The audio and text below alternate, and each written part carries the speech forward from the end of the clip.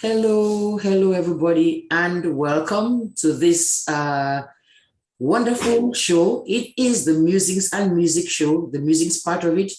And this is EGBE MBIWAN MONJIMBO coming to you on Vosa World Radio. This time is going to be a recording, so it will be on the Vosa TV, Vosa World TV channel on YouTube. So you can see that I have with me somebody regal right there, because you can see she has a crown on her head right there. I have a big old gele, she has a crown. And I'm going to ask her, why? Is that just an accessory you bought in the store just to look pretty? What's going on? Hi guys, good morning. No, it's afternoon here. I think it should be morning that way. It's morning over here. Doesn't matter though. My name is MARION ANYOH, and I'm a proud secret as well, and I'm representing the Northwest region for the Miss Cameroon beauty pageant come January 7th, 2021. And it's an immense honor for me. I remember when Auntie EGBE, she got to me via Facebook telling me, oh, she remembers this young girl from Seka who, had admired beauty pageants and everything. And I was really happy.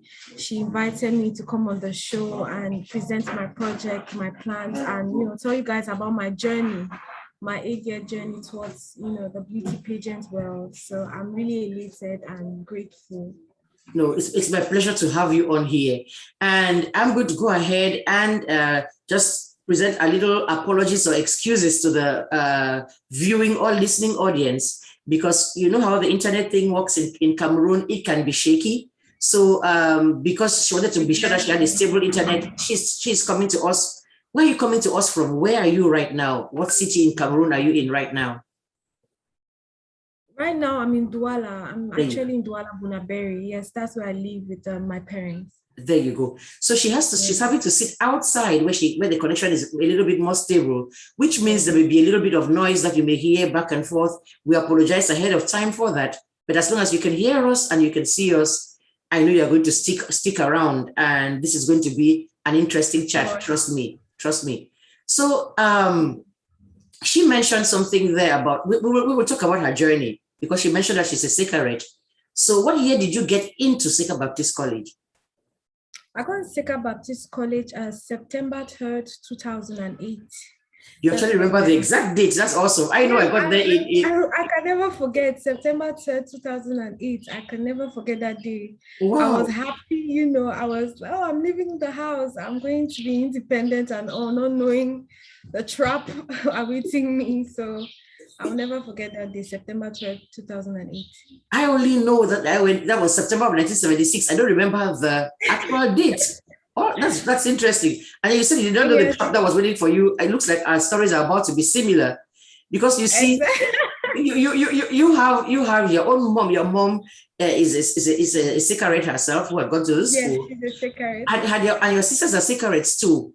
Had they gone to school before you? Were you the first of your siblings to go, or? No, I was actually the last. When I was getting into Form 1, my second sister was in upper 6, so I was the last for Nacho to enter Seka. So now our stories are getting even more and more similar, because Atu was the last to get into Seka. And I don't know why I didn't catch the whole thing. I was excited because and I went in there too, and boy, did I have a rude awakening that first term. When I went, so was you. Yeah, so go on. That night I was excited. I was like, mommy go, daddy go, don't worry, I'll be fine. 5 o'clock, I was still tired. I'm like, wake up, you have to go and take a shower. I'm like, what? I'm still sleepy. Can I do rest? No, it doesn't work like that. They did their best to prepare me for it. To tell me about how, okay, it's not going to be like it is at home. Be ready mentally. I said, yes, I know. They said, just be aware that the food in the cafeteria is not going to be like the house food, the food you're used to eating here. I'm like, no big deal. Oh, then I got there. Don't worry, I don't think you can get away. I got there and I was like, what a rude awakening, and it's such a shock. And I went home the first term for Christmas break and said, please don't send me back there. But they sent me back, and I'm glad that I actually did go back. Anything going on? There's something for? Did you? Everything's good? Yes, but I just wanted to make sure the Wi-Fi box is perfectly, yeah, it's charging. Right, so that we don't, so that I don't lose you. Okay. Exactly. So you got into Form 1. It seems as if at some point in time you actually left and then came back. Yes, I did leave Seka in Form 2. That yes, I left. Wow. I You couldn't take it. Yeah, I couldn't take it. It was a little bit too hard for me. I Too felt tough for you, but I realized later on, I really didn't like being in a place where I was being controlled, and it was a little bit too closed for me. It was like I couldn't breathe. Right. So I cannot. I couldn't. I'm glad she listened. You see, that's something that parents can also learn. I learned to just cope, and I'm glad that I stayed there and walked it through and figured out how to cope, because it has taught me a lot of coping skills later on in life. But that's the thing, parents should listen. If the child is saying, no, I really can't do this, instead of leaving them there and having them get some kind of depression or something, you take them out. You see, and I was actually sliding into depression. I told my mom, I cried. Form 1, I struggled. I made it through because my elder sister was there. Form 2, I was alone, and I wrote in class 5, so I was a little bit too young for my class. So I think that took kind of played a role. Yes, so yes. I said I couldn't cope anymore. So when did you go back to Seka? I went back to Seka in Lower C. Okay. That was different ball game by that time. You're much stronger, much more mature. I was a big girl. I was able to cope and everything. Right. And so how do we go from Seka? There's no beauty pageant in the curriculum. We do chemistry, physics, math, and stuff. So how do you go from there to beauty pageant? All right. It all started when I think I was in upper C. They invited Miss Cameroon 2014. I don't really know her name very well, but I remember she came to Seka when that was October 14th. Yes, she came to You're good with dates. Yes, I'm pretty good with dates. She came to Seka 2014, and she said she wanted to crown the next Miss Cameroon. Right. And I was this chubby, fat, this fat, isolated, nerdy kind of child. I sat at the back of the recreational hall, and she started looking around that she wants to crown. I wasn't even focused on what she was saying. She was like, "Hey, you come here." I turned, I was like, "Me?" She said, "You, yes, you come down here." I thought I was making noise. I'm like, I just came, I was like, "Mom, I was not making noise." So she removed her crown and put it on my head. She was like, "I believe in you, and I know you're going to be the next Miss Cameroon." I was like, has this girl seen me? Like, do I look like I can even ever wear a crown or wear a sash in my life? She was like, "I believe in you. I know you can do it." And my friends were like pushing, "Yes, Marion, go." So she put it on my head, and from that day, they named me Miss Cameroon Seka for one day, though, because she took her crown back. Right. Look at you see right here the importance of what people do, how you can impact a child. That she could have said that how many years? So how many years between that time when she did that and when you finally went in to run for the pageant, and how many years difference is that? From the day 7 years. 7 years later. 7 years. Yes. You see how they say when we speak things, the Bible says it. People say it. Words are powerful.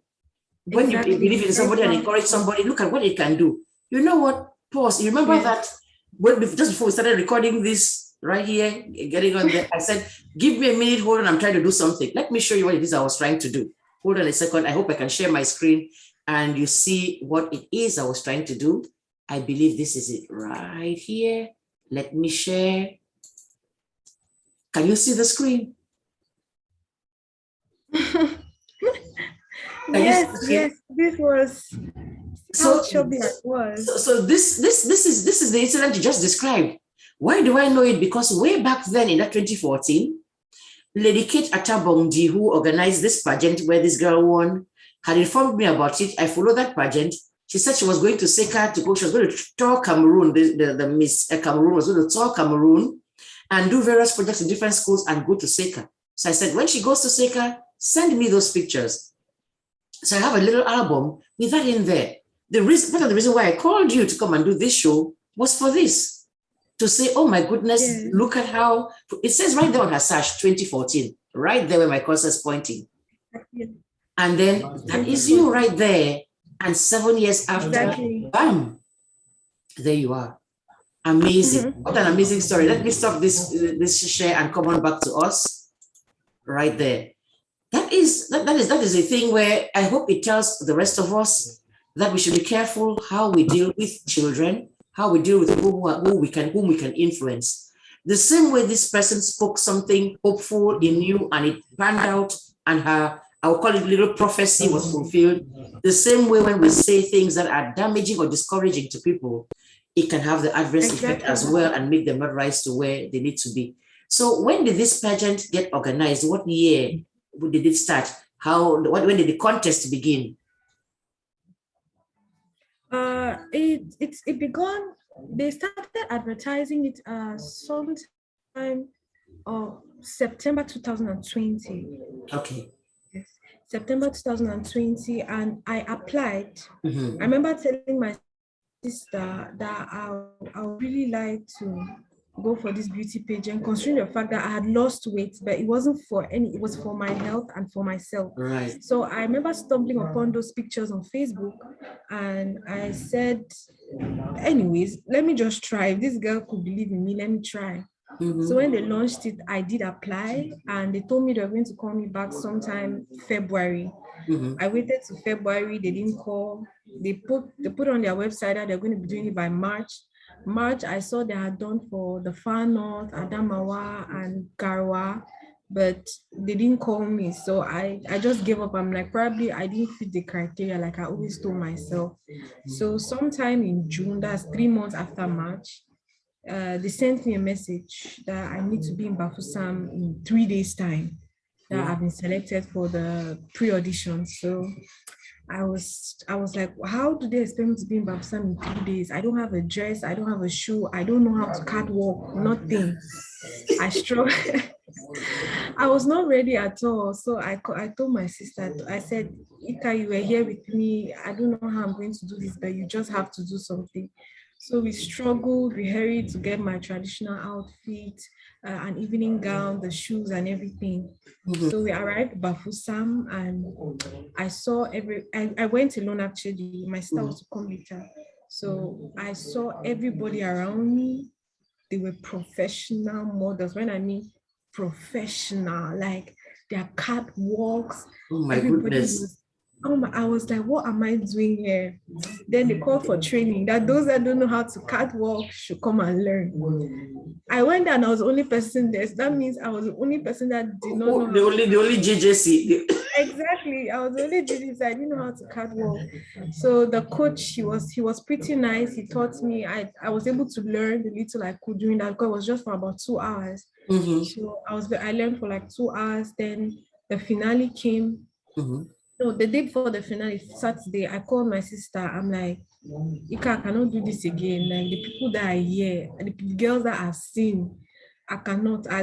There's no way I can stand against this girl. She was like, no, don't worry. I should just see it as an adventure. I should see it as a life-changing event. Yes, at least it should not be that I didn't try. At least I tried. I gave it my all. So Sunday came. I remember I was just praying. I told God that you were the one that directed me to this thing. I had no passion for it, but if you were the one that led me here, please just take the wheel. I cannot do it on my own. I remember I was crying. Then the evening came and we started performing. I saw I remember I had just my sister as my fan club. Like it was only her that came, but she told me when she was in Douala, she called my auntie, my brother, and my uncle. Were like, people should come and support Anyo. I had my friend in Bafusam. She called her boyfriend. I didn't even know they were calling people. I remember when I entered the hall, the crowd I saw for me. This summer I went to Bafusam alone.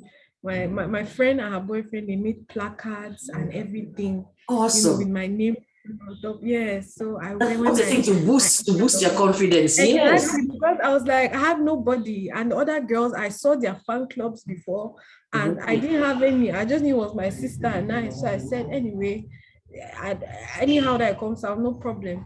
So we started the evening. I could walk. I presented my project. Everything went smoothly, but I still had a certain doubt. I remember when they came backstage, they said they are looking for the 3 finalists. So they called one of that girl's name. Then they said they are looking for the runner-up for Nachu and another girl. I said, okay, no problem. At least if I'm a runner-up, that's already something. Yes, I'm giving thanks to God, no problem. So we entered the hall. I saw I think I was number 6, yes. So when we entered the hall, I saw everybody seated. Miss Cameroon came because she was there. She was the one that was supposed to crown me since she was Miss Northwest. Yes. And she won Miss Cameroon, so she definitely had to be there. So she came, she stood, she asked that, who are those that want number 8? That was the person I was, my other contestant. Right. People shouted and everything. I was like, oh, this girl has won. This girl has won. So when she said, who are those that want number 6? Jesus Christ. People rolled on the floor. They were screaming. Oh my goodness. It was like blood of Jesus. She just announced that the winner is number 6. People didn't know. I was just surrounded by people carrying me, shouting. Oh, wow. Pull me out of the crowd. Pull me out of the crowd to go and stand. So I was like, thank you, Jesus. I was in shock. I was in total shock. I was like, God, me. I'm like, I beat more than 15 people. Like, these girls were professional models. Right.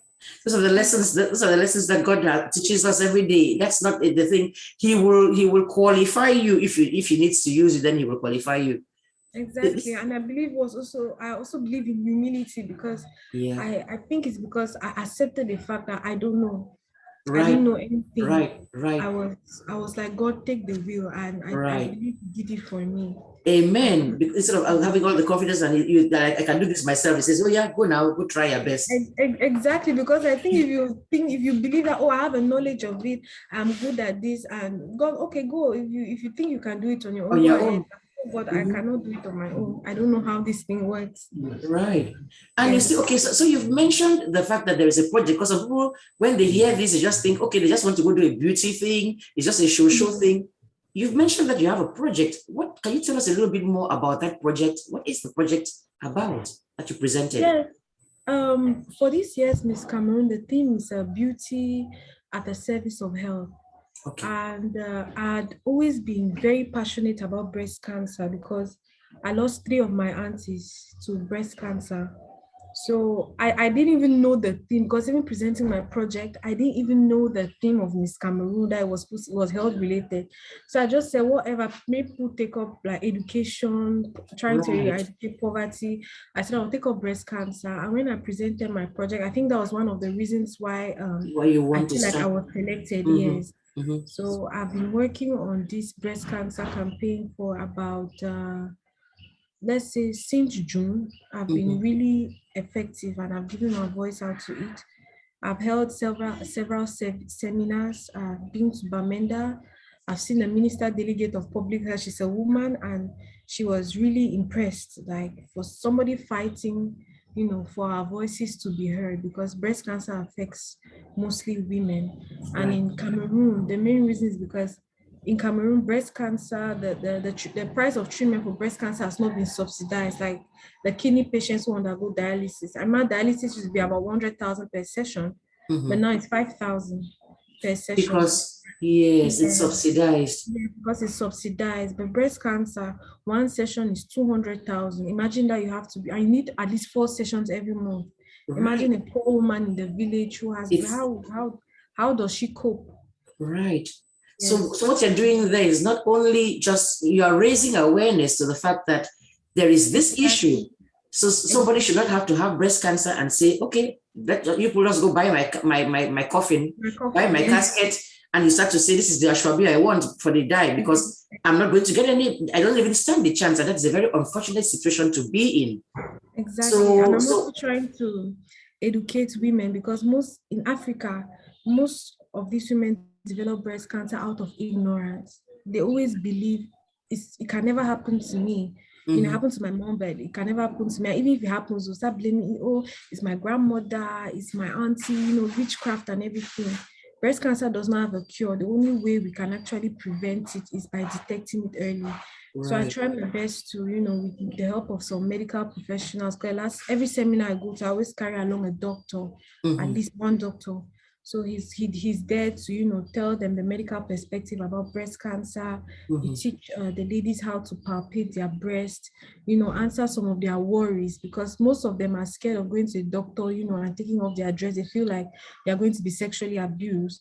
But there's a pattern Yes. every doctor needs to follow to palpate a Right. breast. So if you know that pattern and you realize that the doctor is doing otherwise, you can actually say, no, I feel like you're abusing me.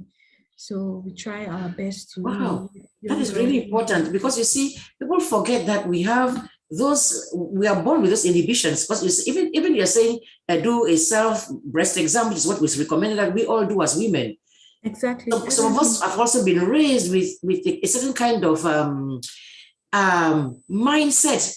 You're going to touch Yes. your breast. Yeah, Hey, exactly. yes or no, Right. yeesh, they don't want to do. And Mhm. and so you have to do that mind shift, that mind change. And then you see a lot of the doctors are male.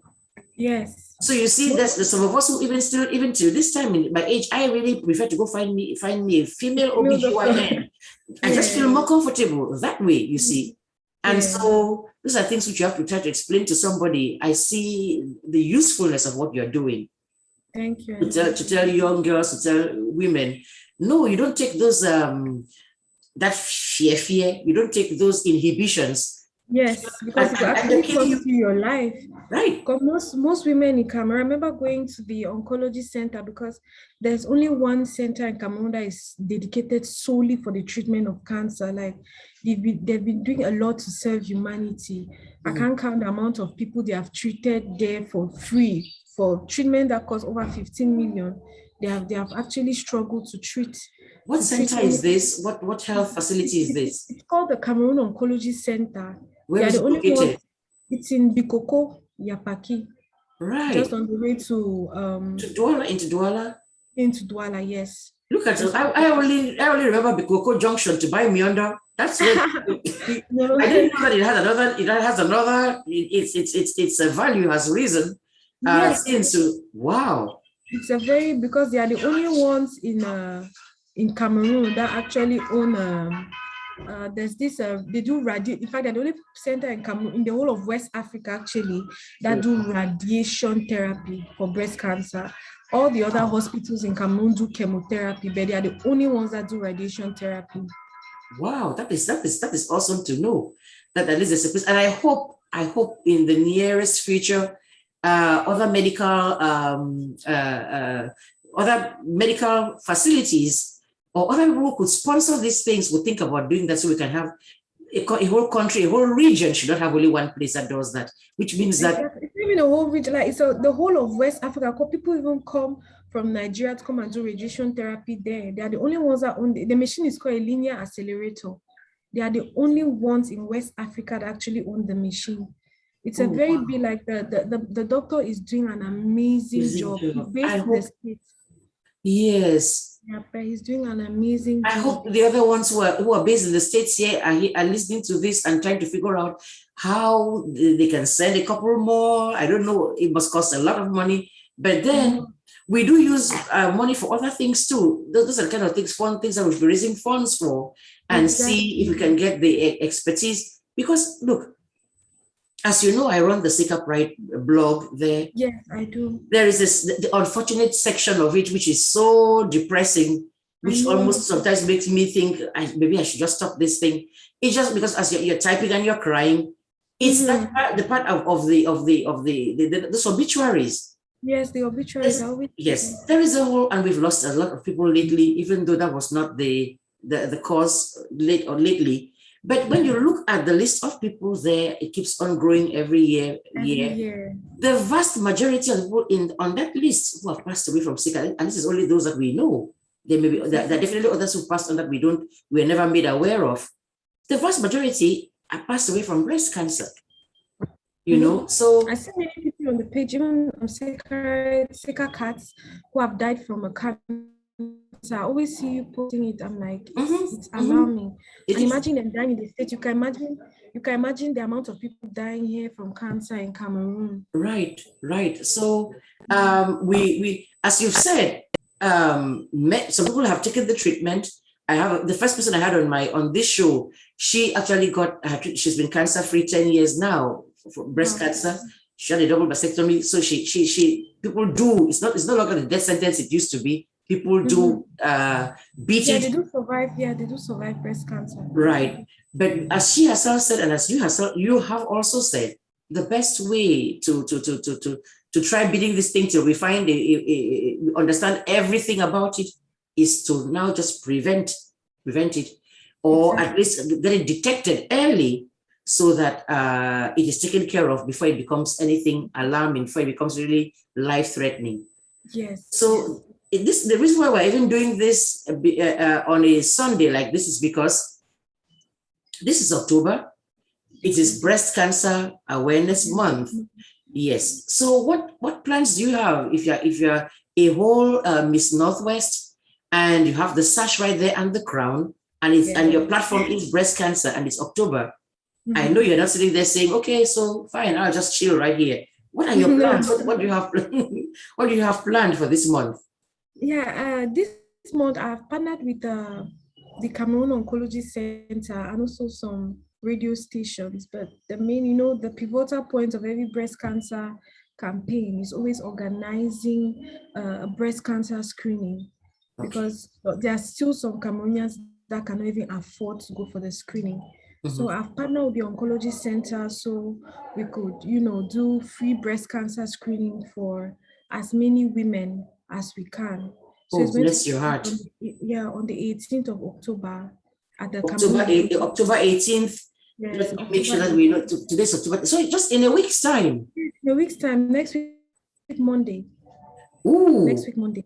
Yes, we'll be doing breast cancer screening. It's not only going to be breast cancer, but since I'm focused on breast cancer, women who also want to, check for cervical cancer, men who want to check for prostate cancer, it's going to be all done there. So, wow. This is that center in Bikoko? Yes, this is the center in Bikoko. They're going to. So what do people need to do to go there? Do you register somewhere online? What do you do? Or you just show up? No, you could call me since I'm like in partnership with them. I've sent out my flyers on Facebook with my number and that of my manager. So if anybody is interested, they should, send me a message or call me. I'm going to get them registered. So by the time we reach the center, at least the center already has their name. And we can call them in for. Right. No, just please give us that number as slowly as you can. And so people who are listening to this, and even I can go afterwards, I'm going to get the flyer though, and also put it on Facebook on my page along with this. But please, for now, just give us that number. So I'm going to write it down too. All right. It's +237 672 49 Another 49. Okay. Yes, 2497. All right. Let me read it back to you. 237, of course, is the country code. Yes. Then 672 494909. Perfect. I'm going to say it again in case somebody is listening and trying to write it down then, for the benefit of people in Cameroon. 237. In Cameroon, they will not even need the 237. But just in case somebody is listening to us, not just in case, people are going to be listening to us out here who want to call their family and say, hey, or contact you on behalf of their family. So it's +237 for the country code, 67249. No, let me read it better than that. 672494909. Let me put the sequence better than that. Dashes in between so it doesn't confuse anybody. Because this 6 is the little thing that is right kind of like ahead of it. 237 is the area code, the country code. Then there's the 6. Then there's 72494909. Okay. So that people can hear that, and this could actually save lives. Yeah. It will, not that it could, it will end up saving somebody's life, always. As many lives as possible. Correct. And anytime even one life is saved, that is a victory right there. Exactly. That's one more person that has stayed alive who might otherwise be gone. So I really applaud you for doing this, because and for helping to debunk the whole idea that people do beauty pageants is to go and walk up and down the place in swimsuits and just look pretty and run around the place. And talking about that, let me go on and ask you, is that all you do in life? You just said, okay, you're not doing anything before when you do the beauty pageant, and now you're doing only that and have no life, no education, nothing? Because that's what people think. Beauty queens, there's airheads. They just stand there and look beautiful. No, it's not hair, no degree, nothing. No, yeah, nothing. So please tell me. I'm a beauty queen with a difference. Yes, I am a graduate of the University of Boya with a degree in electrical and electronic engineering. Oh, wow. And currently I hold a master's in business administration and MBA in project planning management. And I've been working on I'm working on building my own, software company. Like it's kind of an electrical company where we are going to be building, equipment for the less privileged. Because since I was in school, most of our equipments were kind of expensive. I remember when I called my dad, I showed him the list. It was about 295,000 because most of the equipments are imported. And we are able to make those equipment in Cameroon with the raw materials. Yes, and it will be cheaper. Because I remember telling my dad that he saw the bill, he was like, wow, it's really expensive. But and that's also discourage people from actually getting to those kinds of there are many of my classmates who had to, come and borrow some of my equipment just to when I did my defense, they would come, dismantle my setup and just try to connect it so they go and defend as well, because they couldn't really afford it. Yes. Wow. And that's what's going to discourage people who have a natural love for the subject to say I really love this, but I don't have the means. So I just will go and do, I don't know what else, just go study geography. No offense to geography. Just go study geography and teach it again.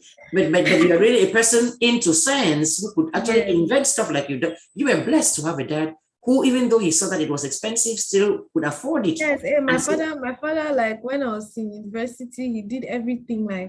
He's one person I know, he literally did everything to make sure I had. Even when I sent him the 200, he was like, wow, and he was on retirement, then he just went on retirement, and he was like, wow, but he didn't complain. He was like, anything for my daughter's education. So he sent the money and he didn't complain at all. He found it and sent it. And thank God for dads like that who believe in their daughters. Because you see, and then who can, no matter what, put it together. There are others who sit and say, look, first of all, they're saying a daughter, she's going to go and get married to somebody and they think she's even going to leave my house. So what am I even bothering myself for? Then, they say, okay, well, let me just... My friends are the apples of his eye, especially me. He does not joke with me. Oh. In school, when I call my father, I need this, he sends it immediately. He doesn't even, his daughter. But you see, and that is, my father had daughters too, because we lost our only brother, and that's exactly how he treated us too. He never expected anything from his son that he did not expect from us too. So we knew that we were supposed to go to school and achieve and be whatever it is that we wanted to be or could be, with his 100% or 180%, 300% support. That is a wonderful thing for a girl to know. As we do these little chats, I like to always stop when I see something that is worth mentioning to highlight it. So bravo to your dad and bravo to other dads who think that way. Because there are others I'm definitely going to let him know. Yes, please tell him that I said chapeau.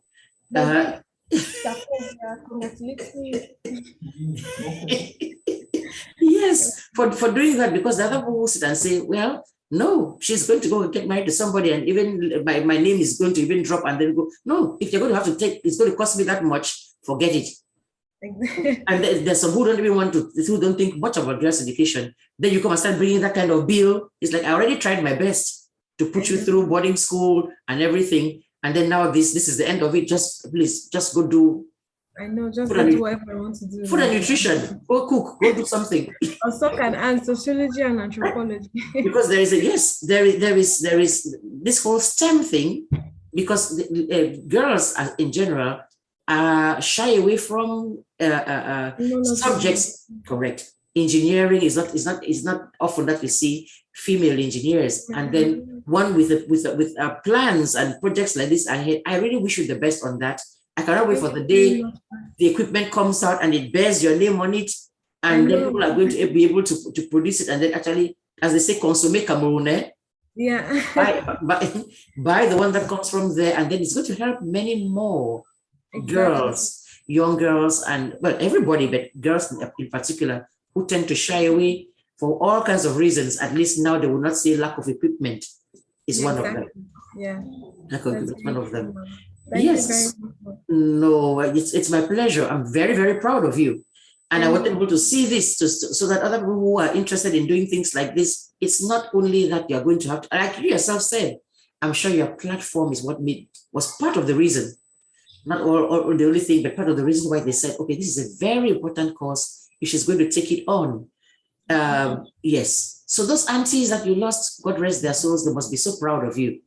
That somebody's doing. I'm very sure they are. I'm very sure they are, because they all died, I'll say, due to ignorance and negligence, because you know the stigma that surrounds breast cancer, especially in Africa. I remember one of my aunts denied her breast being cut when it was found, because I'm not a woman. I'm not going to walk around the breast like I know be man picking. I know be man picking, yes, something like that. And by the time she realized, it was really late. The cancer really metastasized, and the others was just ignorance, and they just kept it to themselves per se. By the time one of all realized, it was really late, and that's how they died in succession. It's changing bit by bit, but what you're saying there and what we're sitting here and talking about, somebody's probably listening to this who's also in that same mindset still. There's denial though. Some of it is denial. Like, I cannot believe this. If I go now and actually say that I have it and everything, it'll get worse. Some people say, oh, once that knife, don't touch the chili, it will just spread. There are all kinds of myths behind the whole thing too. Exactly. And most of them, what even kills them is fear, because once they just tell you have breast cancer, they tell you it has no cure. Right. Like mentally, it drains you. Financially, you start, how do I even, cope with the bills? So you just sit and give up. You just give up. And most of them just, because sometimes when they discover it, they find out there's a lump, and since it's not yet painful, they sit down at the house or do traditional medicines. By the time they realize the breast is rotting, and I tell you, you do traditional medicine, and more lately, you go do Holy Ghost fire, anointing things, screaming stuff. Some of them always attribute it to witchcraft. Yep. So they're going to actually cast out the demon that is doing. I'm like, this is something, if you went to the hospital early and found it when it was just a little lump, they could easily just even remove the lump and you'll be fine. If it was that bad, they'll even cut off the whole breast, which I think should be normal now, because I think your life is worth one breast. And then I was going to even ask about reconstructive surgery. Does that happen? I doubt that any. Yes, there are some cases which I did read a lot about it, and I spoke to a doctor about it. They said it depends on your breast tissue per se, because some people it can't really, their breast tissue, they're scared if they put anything in it, the cancer could come back again, so they try to avoid it. But reconstructive surgery is possible. Right. Right. In Cameroon there? No. That's what I was asking. No. Yeah, no, that's what I was asking. I know reconstructive surgery. I think there's only one plastic surgeon, I think, in Cameroon, that's in Yaoundé. He does more of the aesthetics. Cleft for this. I see. Yes. But he does more of the cleft plate construction. Right. Oh, that's why the women. There's just a lot. There's just a lot to still do, and I'm hoping that the more we speak about it, maybe it'll click in some medical person's head who's out here in the States. What can we do over there? Because we know very well that for somebody to be able to afford just the airline ticket to come on out here and come and seek help out here, it's just like, that's part of the reason why they just say, look, how am I going to do with this thing? And you're just depressed and you don't know what to do. No, I think with the coming of the Cameroon Oncology Center, because if you get in, it's like American standard.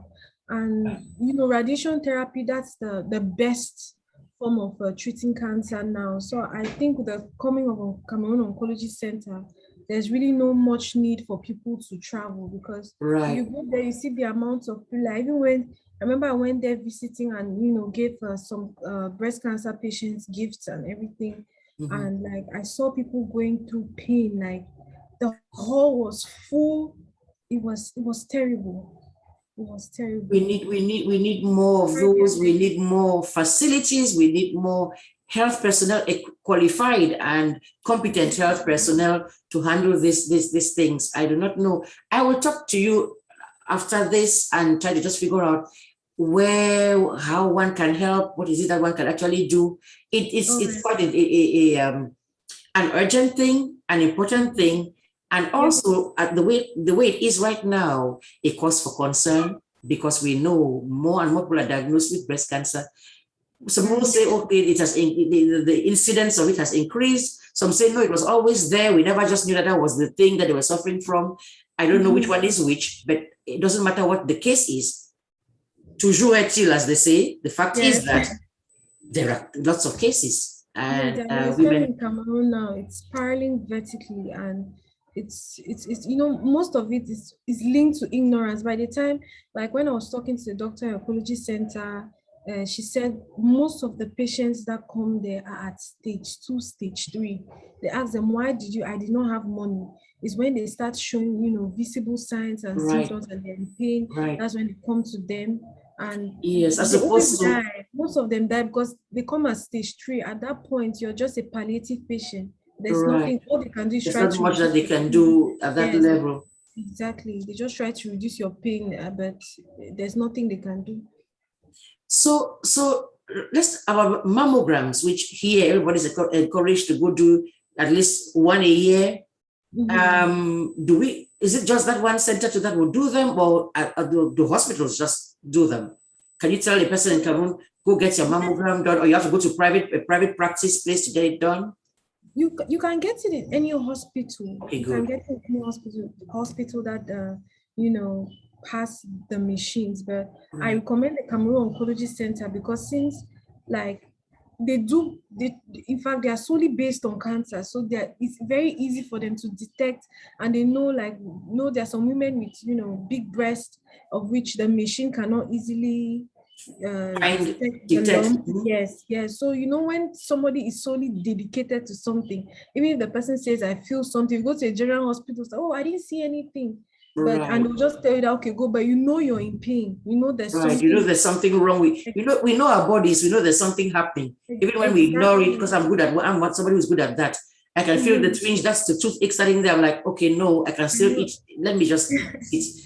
And then when the toothache gets you one night, you sit awake all night. First thing in the morning now, you're not going to work anymore, you're running to the hospital. Whereas it has started there, your body said to you, something's not right here. Wrong, and you just ignored it.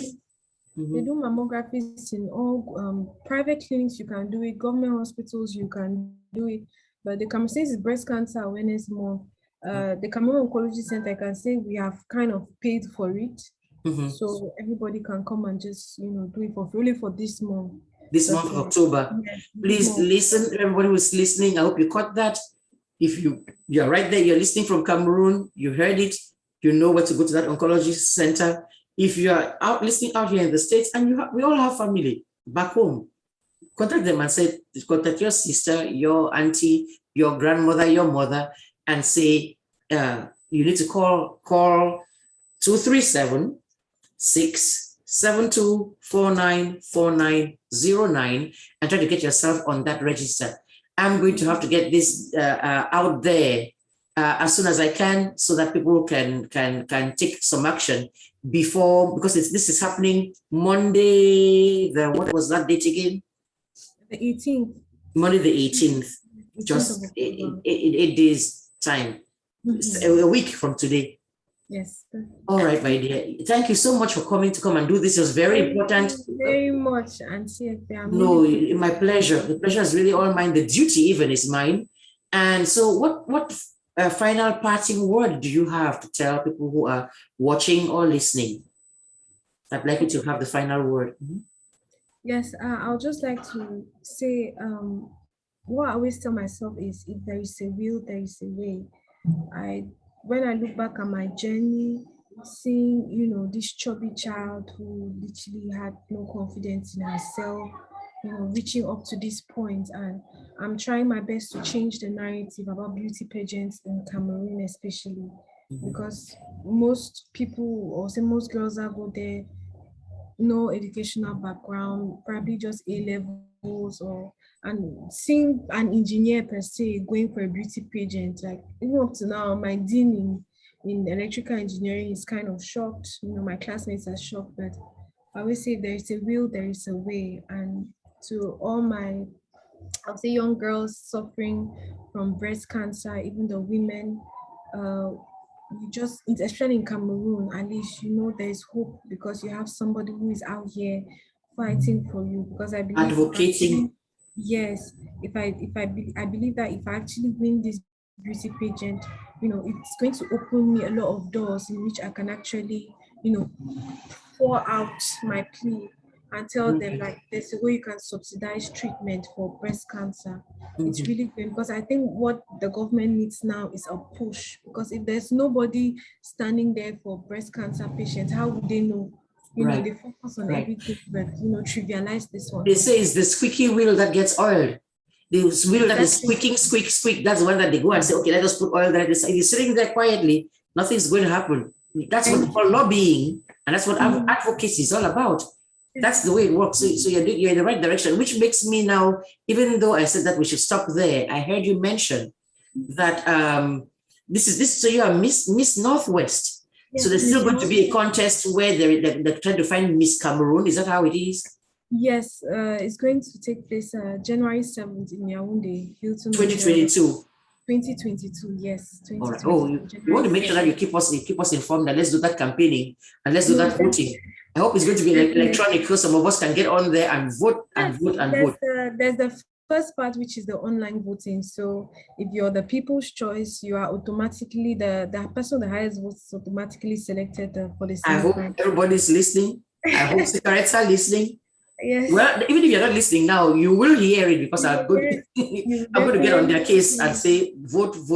Whatever the rules will be. If it says vote every day for 5 days, they'll get that reminder every day. But we intend to have this platform. It's a very important one. So it's not as if you're voting for only because you think she deserves it, because she's a well-established, well-educated, pretty person. You can see her there. There's also the platform that she's pushing. We need to push her along, because if she wins, like she said, then this whole issue of breast cancer, which affects us all women, will be there in the forefront. So it's Breast Cancer Awareness Month. Some of us are yet to go do our own mammograms, our yearly mammograms. So me starting with me, we need to carry ourselves on there. We don't like that machine. We don't like the machine, but we don't have any choice. So till somebody finds a nicer machine that's going to do some sophisticated thing, we need to carry our own self on there. And some of us have a little bit more of the mass than others. So hey, I'm joking and laughing here. Awareness Month. That's why you see I'm wearing pink. I'm actually wearing my campaign t-shirt. There you go. Yeah, I actually did the breast cancer awareness. Awesome. Yeah. What else do we need to hear? That's the call right there. She's made the call. Yes. The queen herself has made the call. The future Miss Cameroon has made the call. Amen. Yes. So let's go out there and do what we need to be responsible. Do what we need to do ourselves and encourage others. So make everybody feel guilty. Because that's what happened to me. Somebody said, have you gone and done your mammogram? Right there on Facebook. And I was like, But now I got guilty enough. To schedule my own mammogram as well. I've not there done you go. it, so there you go. on Monday, I'm definitely going to do mine. On Monday, that 18th, there you go. Definitely, if you have to be a leader, you have to lead by example. By example. I should not stand here and be saying, okay, go do it. And I'm behind. I'm like, no, you guys go ahead. I'm coming. Nobody's going to believe that kind of thing. So maybe there's something there. She's sending us to trouble there. She's not doing it herself. Exactly. Yes. So thank you so much for taking the time on a Sunday like this to come sit here and talk about your platform. It was my pleasure to have you. Thank you very much, Auntie. I'm really grateful. May God bless you. Thank you for having me. God bless you too. Tell your dad I said chapeau again, but tell your mom to say upseka. Okay, Daddy said chapeau, and I'll tell my mom. Tell your mom, yes. All right, then you take care and enjoy the rest of your day and keep the passion going. Bye, dear. Thank you very much. Thank you. You're welcome.